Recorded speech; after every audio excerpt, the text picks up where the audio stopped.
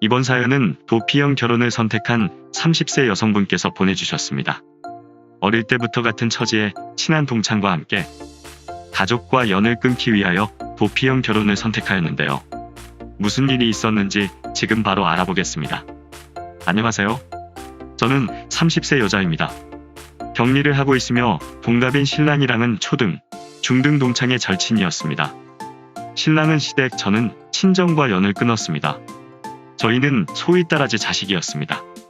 저는 공부 잘하고 예쁜 언니에 치여서 대학도 가지 못했고, 신랑도 형에 비해 공부 못한다고 매일 욕먹어가면서 전문대 졸업했습니다.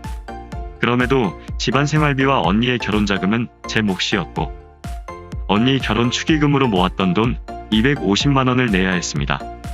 신랑은 알코올 중독 아버지에게 두들겨 맞고 버텨가면서 겨우 살아가다 형이 취직하자 낭비벽이 심한 형의 카드값을 2번이나 갚아줬습니다.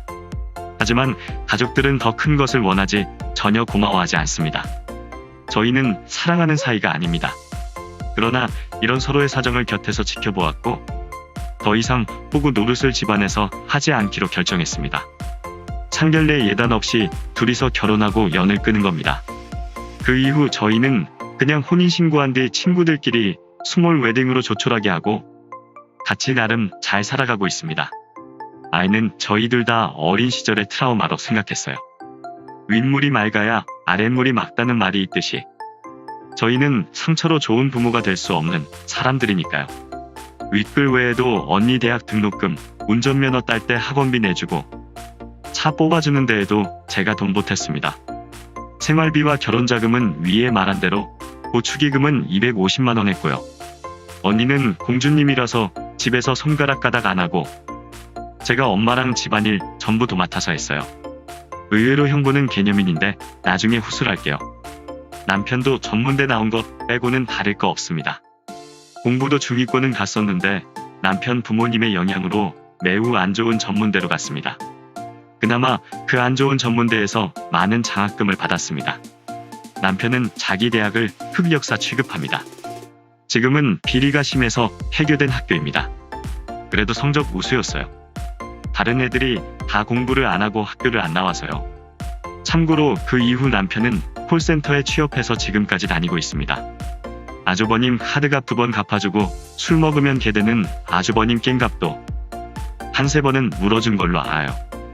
어쨌든 저흰 잘 살고 있습니다. 둘 다 호구짓으로 모아둔 돈이 많이는 없었기에 당분간은 조금 넓은 200에 40인 원룸으로 살자고 합의하고, 대신 집안일은 같이 하는 청소 빼고 남편이 다 했어요. 이때까지 계속 집안과는 싸웠습니다. 어머니 위선이 너무 싫어서 우리 그만 좀 괴롭히라고, 할 만큼 한 거 아니냐고 소리 질렀더니 아니나 다를까 본성이 나오더라고요. 쌍욕 파티에 언니도 전화로 욕하고 회사로 찾아온다고 협박하고, 그야말로 지옥이었어요. 근데 몇 달 있다 갑자기 형부가 만나자고 전화와서 약속을 잡았어요. 욕하러 온 줄 알고 긴장하고 있는데 뭐 좀 물어보러 왔다길래 당황했네요. 안부 인사 나누자마자 형부가 언니 결혼자금 2,500이 전부 언니 돈 맞냐고 물어보더라고요. 일한 지 얼마 안 됐는데 씀씀이도 해프고 술 좋아하니까 의심스러웠대요. 전 당연히 아니라고 그중 1,000은 제 돈이라고 했습니다. 언니 돈은 500 조금 못 되고 나머지 1,000만 원은 부모님의 지원이라고 말했어요. 축의금까지 하면 제가 준 돈이 1,250만 원이네요. 형부가 어이없어 했습니다. 언니가 자기 스스로 돈 모아서 한 거라고 거짓말을 했다고 합니다. 그 외에도 어머니와 언니랑 한 욕설 가득한 카톡도 보여드리자 한숨을 쉬더라고요. 그 다음에 조카 때문에 이혼은 못하고 각방 쓴다고 전해들었습니다. 그 다음 주에 형부한테서 600을 받았고, 일단 이것부터 받고 나머지 400은 계속 갚겠다고 했어요. 그 후 지금은 다 받았습니다. 다 받고 저희는 아무도 모르는 전세로 번호 바꾸고 이사 갔어요. 남편은 좀 더 강경하게 나갔습니다. 일부러 다시는 엮일 일이 없도록 첫 명절에서 남편이 도발을 했거든요. 형이 카드값 땡값 빌려준 거 안 갚고 있는데 40씩 드리던 부모님 용돈도 드리지 않겠다고 폭탄 선언을 했는데, 근본도 없는 새끼라면서 약주 드신 아버님이 도발에 걸려들었어요. 쌍욕을 하는 아버님한테 남편이 부모가 근본이 있어야 자식도 근본이 있지. 라고 말하고, 그리고 그래도 귀싸대기부터 주위에서 말릴 때까지 엄청 맞았습니다. 전치 3주 나왔습니다. 근데 반항한 흔적이 없길래 왜 그냥 맞고 있었냐고 물으니까 의도했던 거래요. 경찰서 가려고.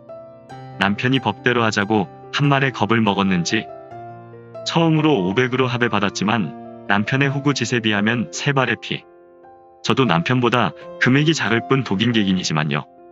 결혼 뒤 명절에는 그때 맞은 이후부터 일절 안 가요. 하루는 남편한테 집에 안 가냐고 물어봤는데 TV 보던 남편 대답이 장관이더군요. 내가 남의 집에 왜 가? 그래서 제사, 추석은 전부 안 지내고 송편 산 다음 삼색전, 동태전 해먹고 말아요. 요리는 남편이 다 합니다. 전 요리를 정말 못해서 옆에서 도와주는 정도예요. 그냥 그럭저럭 잘 살고 있어요. 부부관계도 나쁘지 않고 비교당하는 스트레스도 안 받고 애가 없으니까 노후 대비 적금 빼면 나름 살만도 하고 그래요. 저희가 너무 무정한 것 같긴 하네요. 그래도 저희 입장에서는 이게 최선이었어요. 어디 푸른 산꼭대기 절에 가서 머리 깎고 살 수도 없고요. 남편은 제가 어릴 때부터 보아온 만큼 좋은 배우자이자 친구, 그리고 동반자입니다. 남편 생각도 마찬가지고요. 그래서 그냥 이렇게 살아가려 합니다. 나름 행복한 것 같아요. 아, 그리고 글 쓰다 보니 폭행 사건에 대하여 설명이 부족한 것 같아 제가 설명을 다시 하도록 하겠습니다. 죄송합니다. 남편은 아버님이 아닌 아주버님께 폭행당했습니다. 귀를 심하게 얻어맞은 남편은 오른쪽 고막에서 피가 흘렀고 전치 3주 진단이 나왔기에 돈이 많이 들 수밖에 없었습니다. 지금 현재도 귀에서 멍하고 삥하는 이명현상이 있으며 지속적으로 치료받고 있습니다. 사실상 합의금은 전부 치료비로 처리되고 있습니다. 콜센터 직업은 전화를 받는 것이므로 귀가 생명인데 폭행으로 이명 문제와 남편의 청력이 한층 악화되어 일하고 있던 콜센터 일에도 지장이 생겼기에 더욱 저희는 고소를 준비하려 했습니다. 그러다가 합의를 하였고 아버님이 아니라 아주버님께 받은 합의금이 500만 원입니다.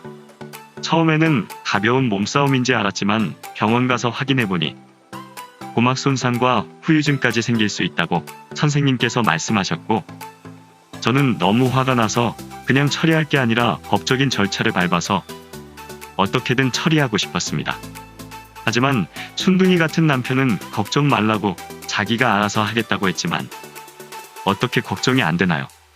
그래서 친구가 변호사라 간단하게 물어보긴 했습니다. 친구의 답변은 이렇습니다. 나중에 후유장애 부분까지 청구 가능하다고요. 후유장애 부분은 6개월이 지나야 알 수 있기에 일단 치료비라도 합의금으로 받으라고 추후에 후유장애가 생기게 되면 그때 추가적인 소송으로 청구하면 된다고요. 최근에 가정폭력 범죄의 처벌 등에 관한 특례법이 개정되면서 원래 직계가족 간의 소송은 불가했지만 이제는 가능하다고요. 그러니 걱정 말고 합의하더라도 자기가 합의서 작성해서 보내줄 테니 꼭 그 합의서에 서명 지장 받으라고요. 혹시 몰라서 남편에게 이런 이야기를 전했고 남편도 동의하에 합의금을 받았고요. 이제 후유 장애 진단을 받을 수 있는 6개월이 다가와 가네요. 오늘 병원 가는 날이라 선생님께 여쭤보니 상태가 호전되지 않아서 후유 장애가 조금은 생길 것 같다고 말씀해 주시네요. 그래도 안 아픈 게 좋고 다 나으면 좋겠지만 혹시나 후유 장애가 남으면 전 눈 돌 것 같네요. 어떻게 해서든 그 집 가만히 안 둘 겁니다. 소송 걸면서 접근 금지도 당연히 요청할 거고요. 정말 가슴 아프고 속상하네요. 남편이 뭘 잘못했다고 이렇게 고통을 주시고 이 글을 쓰는데도 눈물만 나네요. 마지막으로 저희 친정도 그렇고 남편 시댁도 마찬가지고 제발 좀 조용히 사는 우리 좀 그만 괴롭혔으면 그만 좀 질척대면 좋겠어요. 어떻게든 찾아내서 연락하고 어떻게든 연락만 하면 그놈의 돈. 우리가 당신들 돈 버는 기계입니까? 제발 좀 나가 떨어지세요. 이번 소송이 제발 마지막 만남이었으면 하는 작은 소망이 있습니다. 돈 때문에 소송 거는 거 아니에요. 접근 금지하기 위해 소송을 거는 겁니다. 오해는 안 하셨으면 좋겠어요. 저희도 이제 둘이 조용히 살고 싶네요. 이번 사연은 여기까지입니다.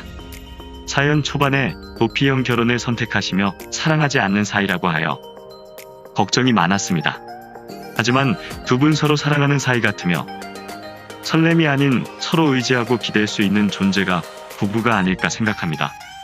앞으로는 좋은 일만 있길 응원합니다. 힘내세요. 오늘의 사연은 여기까지입니다. 사연에 관한 다양한 댓글 남겨주세요. 그리고 신청하실 사연이 있으시다면 아래에 메일 주소로 보내주시면 사연 제작을 도와드립니다.